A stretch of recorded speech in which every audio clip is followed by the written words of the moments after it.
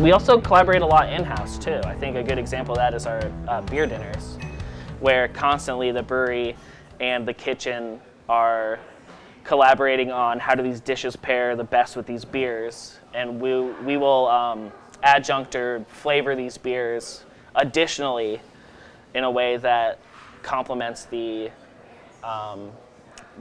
food that's coming out. Because a beer dinner, we want people are paying money for a very cool, awesome experience. Like we shut down the tap room. A really good example I thought that I loved was we took an old ale and aged it on celery and carrots, and then gave it like a celery rim. So there was celery on the...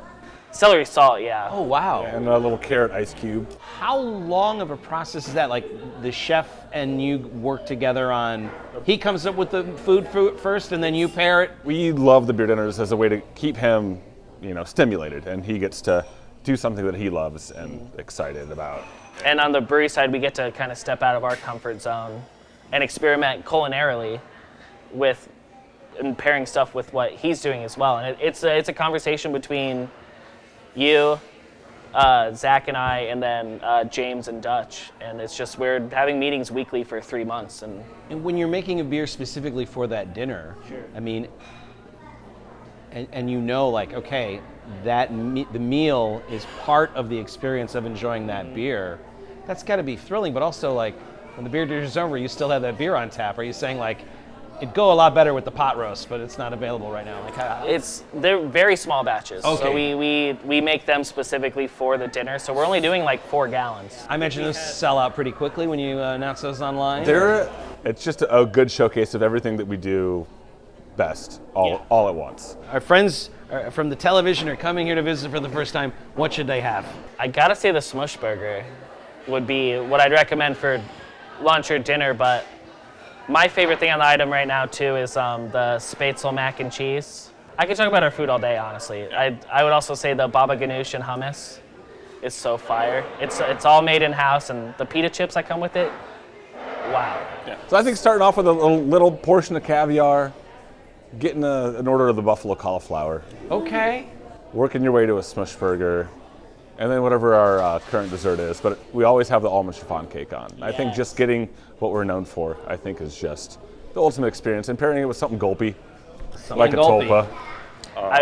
Also Gil's Pills, for sure. It goes great with the caviar. I want to thank you both, Pete and James, for your time. And I want to thank you for telling us that we had to come to Lua, because let me tell you something. As always, you were absolutely right. What an incredible place with amazing food, amazing service, and some of the best beers in the world. And that's not just my opinion, that's Untapped. And those folks tend to know a little something about craft beer, right?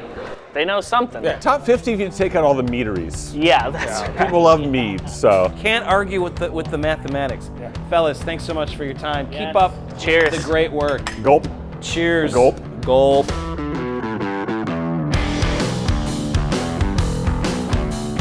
We're in downtown Des Moines at the Court Avenue Brewing Company. This is the head brewer, Dustin. Dustin, welcome to Brewed. Howdy, nice to be here. The name, Court Avenue Brewing Company. Where does that come from? Well, the thing is the location of this place is very central, and it's located on Court Avenue. So it's easy to find. Yeah, I like that. You could say that. It's we're very adjacent to the courthouse as well. So I like that, and I imagine this is a place where a lot of lawyers probably come during lunch breaks. Yeah, we get a lot of lawyers. Sometimes to celebrate. For sure. Sometimes they come without their clients because their clients are going some other place. Right, I would say so. My understanding of Court Avenue Brewing Company is this is one of, if not the oldest local brew pubs in Des Moines, right? This is the one that kind of started it all. It currently is. We're 28 years old. So there is a lot of history to this brewery, a lot of history to the space that it inhabits. This building, and I may be wrong here, but about the exact date, but I know it's Court Avenue, but you are not under oath. Right. Okay. So freely speaking, it was created in 1881, I believe. Okay. And it was originally a saddlery company, so a place where you could take your horse and get them saddled up for the ride. So 1996 is when things open up. How many beers that are on tap now here at Court Avenue Brewing Company are from 1996? Well, the only original one that we have that we still brew is the Pointer Brown, what we have in front of us here. Pointer Brown Ale. Yes. Okay, yes. tell me what I'm about to enjoy here. So you're talking about nice caramely backbone, and then some maybe fruity esters from some English yeast that's in there. But yeah, it's a very solid, balanced beer. There's I think. so much like delicious chocolatey maltiness just in the aroma. Right. And then Right. wow, it's almost like two different experiences. Yeah. And they're both good. That's fantastic. And the thing about this beer as well is that, like everything in this place, we've kind of paid homage and taken from, all of old culture, of beer culture and things like that. And this is our oldest recipe that we continue to brew. It originated at Pointer Brewery in Clinton, Iowa. And when this place opened up, that was, on our walls, we have a lot of older beer styles, and not all of them we still brew. Right. But the basis of this place was, to just pay homage to these places that during Prohibition, fell off because of, they couldn't sell their products. This place is almost like a library with some of the recipes, where it's like you can go and check out older things. Now, Yeah. I imagine those are beers that have been around forever and ever, and that's important to honor that. Yeah. But as a brewer, I imagine you're always coming up with new things. For sure. I mean, if we stuck to, I'm not gonna. It's kind of an offensive term, but sometimes brewers call them dad beers. Yeah. Because they're beers that were very popular while our fathers, most of us, were kind of coming into the craft beer scene. Sure. That's just how old our scene has gotten.